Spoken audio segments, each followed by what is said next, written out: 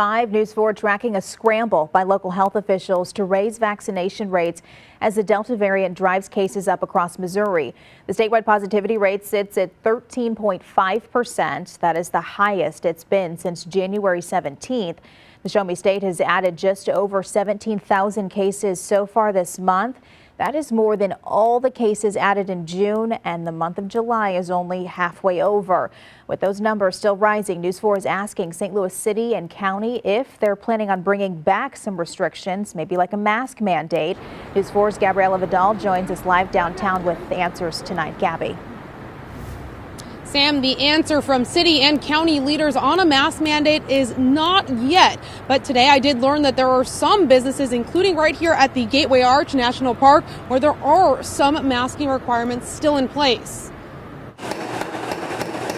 At Northwest Coffee Roasting in the Central West End. The point is you want to get a drink.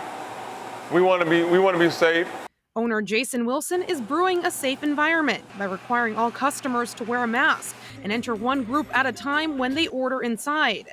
We don't know exactly what's happening out there, so the fact that there are people who aren't vaccinated, who may be anti-vaccinated, and we just want to be on the safe side.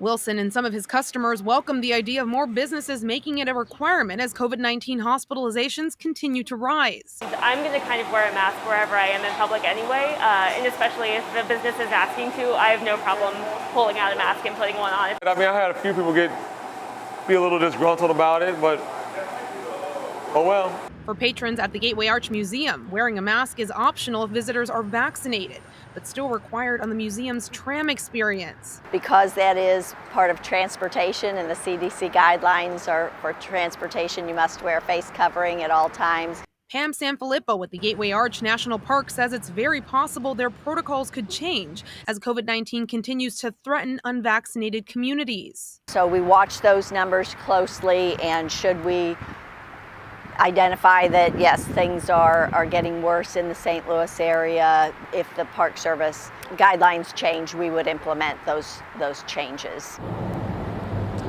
Now, I did speak to the City of St. Louis Public Health Department and asked them if there would be some form of identification to be required for people to show that they're vaccinated or not. If that's something that they would support, and they say that they don't want to create a stigma for the population that is unvaccinated. There may be some people that still are unsure, and they don't want that to deter people from getting the vaccine. Gabriela Vidal, News 4.